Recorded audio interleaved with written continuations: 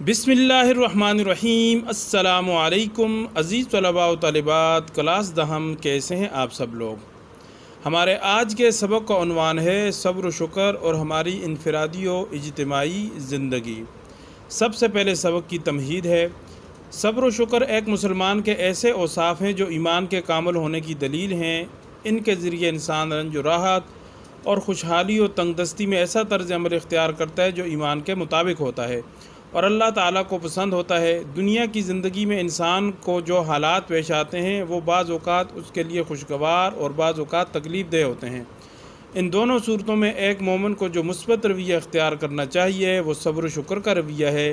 یہی وجہ ہے کہ ہماری انفرادی و اجتماعی زندگی میں صبر و شکر کو بڑی اہمیت حاصل ہے۔ اب یہاں سے صبر اور شکر کی الگ الگ تعریف ذکر کی جا رہی ہے۔ صبر کے لغوی معنی ہیں روکنا اور برداشت کرنا، اور اس کا مفہوم یہ ہے کہ ناخوشگوار حالات میں اپنے نفس پر قابو رکھا جائے اور گھبرانے کے بجائے ثابت قدمی اختیار کی جائے، یعنی پریشانی، تکلیف اور صدمے کی حالت میں پامردی، ثابت قدمی اور ہمت قائم رکھتے ہوئے اپنے رب پر بھروسہ کیا جائے۔ اب یہاں سے شکر کی تعریف کو ذکر کیا جائے گا۔ شکر کے لغوی معنی ہیں کسی کے احسان و عنایت پر اس کی تعریف کرنا، اس کا شکریہ ادا کرنا، اس کا احسان ماننا اور زبان سے اس کا کھل کر اظہار کرنا۔ ان عنایات و احسانات کے اعتراف کے حوالے سے اللہ تعالیٰ کی ذات سب سے زیادہ شکر کی مستحق ہے، جس کا مطلب یہ ہے کہ اللہ تعالیٰ کی تعریف کی جائے، اس کی عنایت کا اعتراف کیا جائے اور اس کے احسانات پر سجدہ شکر بجا لایا جائے، کیونکہ انسان ہی اللہ تعالیٰ کی نعمتوں سے سب سے زیادہ لطف اندوز ہوتا ہے۔ اس لیے سب سے زیادہ شکر بھی انسان ہی کو اللہ کی ذات کا کرنا چاہیے۔ پھر انسانوں میں سے جو لوگ مسلمان ہیں، ایمان کی وجہ سے انہیں مزید دائمی فائدہ حاصل ہوتے ہیں، اس لیے مسلمانوں پہ لازم ہے کہ وہ دوسرے انسانوں کی بنسبت اللہ کا زیادہ شکر ادا کریں۔ شکر کے 3 طریقے یہاں ذکر کیے گئے ہیں۔ نمبر 1، زبان سے کلمات تشکر ادا کرنا۔ نمبر 2، دل میں اللہ کی عظمت اور اپنی اطاعت و بندگی کا احساس۔ نمبر 3، اپنے عمل سے اللہ کی احکام بجاوری اور اپنے آپ کو اللہ کے سپرد کر دینا، یعنی اللہ کی اطاعت پر جم جانا، نافرمانی سے بچنا، اس کی نعمتوں کا انکار نہ کرنا اور ان نعمتوں سے اللہ تعالیٰ کے بندوں کو محروم نہ کرنا۔ قرآن کریم میں شکر کے متعلق بہت تاکید کی گئی ہے اور فراخی و فراوانی انہی لوگوں کا مقدر قرار دی گئی ہے جو شکر گزاری کا مظاہرہ کرتے ہیں۔ اللہ تعالیٰ نے فرمایا لَإِن شَكَرْتُمْ لَأَزِيدَنَّكُمْ، سورہ ابراہیم آیت نمبر 7۔ ترجمہ، اگر شکر ادا کرو گے تو تمہیں اور زیادہ دیا جائے گا۔ اسی طرح حدیث میں ہے کہ مَن لَمْ يَشْكُرِ النَّاسَ لَمْ يَشْكُرِ اللَّهَ، جس نے لوگوں کا شکریہ ادا نہ کیا اس نے اللہ کا شکر بھی ادا نہ کیا۔ معاشرتی زندگی میں ہم تنہا نہیں رہتے بلکہ مل جل کے رہتے ہیں، لہٰذا لوگوں کے ساتھ بہترین رویہ اور سلوک رکھا جائے، اور اگر کوئی نیکی کرے تو اس کے احسان کے بدلے میں اس کا شکریہ ادا کرنا ضروری ہے۔ اس سے شکر کرنے والے میں عاجزی پیدا ہوتی ہے، اور جس کا شکریہ ادا کیا جائے اس میں باہمی تعاون اور مدد کا جذبہ فروغ پاتا ہے، اور وہ آئندہ بھی بہتر طریقے سے اور خوشی سے مدد اور تعاون پر آمادہ ہوتا ہے۔ ایک مسلمان کو کوئی دکھ، تکلیف یا پریشانی کا سامنا کرنا پڑے تو اسے سوچنا چاہیے کہ یہ میری آزمائش ہے، اسے اللہ کے سوا کوئی دور نہیں کر سکتا، مجھے اس موقع پر بے صبری سے کام نہیں لینا چاہیے، اس حالت میں اللہ سے مدد کی دعا کرنی چاہیے۔ اگر اس موقع پر صبر و ہمت سے کام لیا جائے تو اس آزمائش میں کامیاب ہونے پر بہترین اجر ملے گا۔ اس طرح اطمینان و ثابت قدمی کے ساتھ حالات کا مقابلہ کرنے کی صلاحیت پیدا ہوگی اور اللہ تعالیٰ ہر قسم کی پریشانی اور گھبراہٹ سے نجات دے گا۔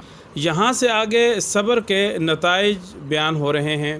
مسلمانوں کی اجتماعی زندگی میں بھی صبر کے مفید نتائج سامنے آتے ہیں۔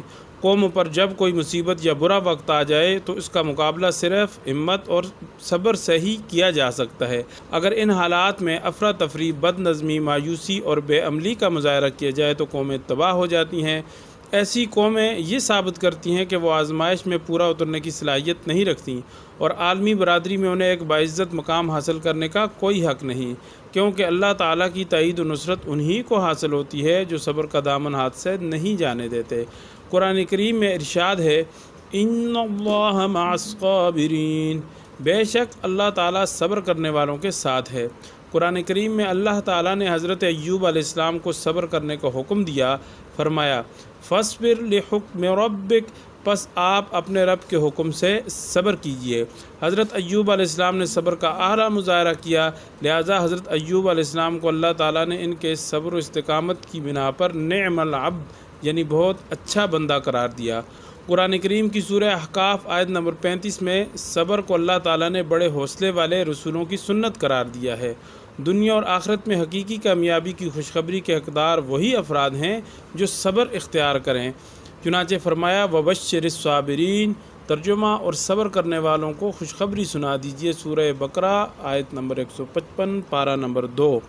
ہمیں چاہیے کہ اگر کوئی تکلیف یا مصیبت آ پڑے تو اللہ تعالیٰ کی رضا کی خاطر صبر و استقامت کا مظاہرہ کریں اور اللہ تعالیٰ کی عطا کردہ نعمتوں کا شکر ادا کریں، اسی میں دین و دنیا دونوں کی کامیابی ہے۔ مشق سوال نمبر 1، اسلامی تعلیمات میں صبر کی ترغیب کیوں دی گئی ہے؟ یہ پیراگراف آپ اس کے جواب میں لکھیں گے۔ سوال نمبر 2، قرآن و سنت پہ شکر کی کیا اہمیت ہے؟ یہ پیراگراف اس سوال کا جواب ہے۔ سوال نمبر 3، شکر کے لغوی معنی کیا ہیں؟ نیز شکر ادا کرنے کے طریقے بتائیے۔ یہ اس تیسرے سوال کا جواب ہے۔ نمبر 4، قرآن پاک میں صبر کرنے والوں کو کیا بشارت دی گئی ہے؟ تو یہ اس سوال کا جواب ہے۔ 5واں سوال ہے خالی جگہیں پر کیجئے۔ ابھی تک کے مطالعے سے خالی جگہیں آپ پر کر سکتے ہیں، لہٰذا آپ خالی جگہیں پر کریں۔ اس کے ساتھ ہی ہمارے آج کے سبق کا اختتام ہوا۔